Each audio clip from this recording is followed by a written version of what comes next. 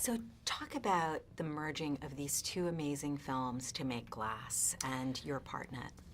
Well, I, for one, am a huge M. Night Shyamalan fan, and I always have been. I remember where I was when I first saw Sixth Sense. I remember where I was when I saw Unbreakable. I remember where I was when I saw Signs.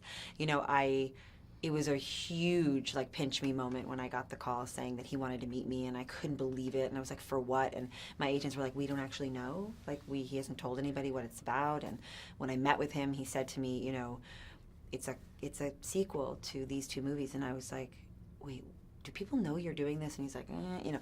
So it was this whole kind of amazing thing. And then he proceeded to tell me, I don't know if your character will be a man or a woman. I haven't decided yet. So then I was like left hanging, desperately hoping that he was going to call me again to say, like, we've decided to go with a woman, and that woman is you, which is ultimately what happened. But so when I finally read the script, because I said yes to him without having read it, so I had no idea how he was going to blend them. I had no idea how he was going to untangle it, how he was going to merge the worlds. And then I read the script and was very proud of myself for not flipping to the last 5 pages to see how it ended.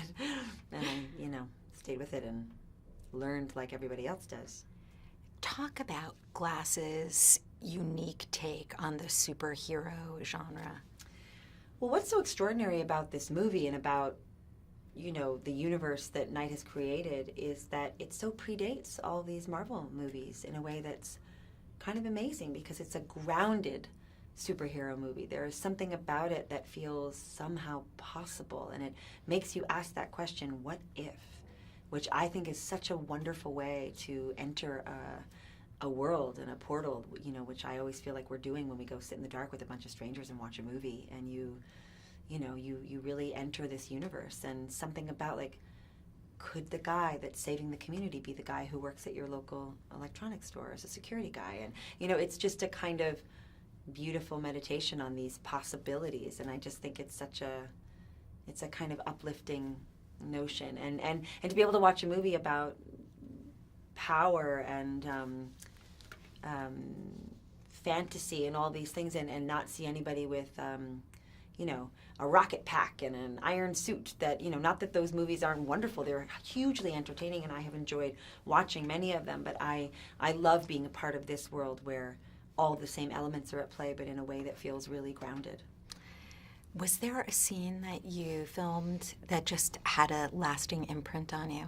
Well, anytime I was in a scene with James McAvoy, it was particularly memorable because I was watching an actor, I think, give one of the greatest performances of their career in a way that was so death-defying and utterly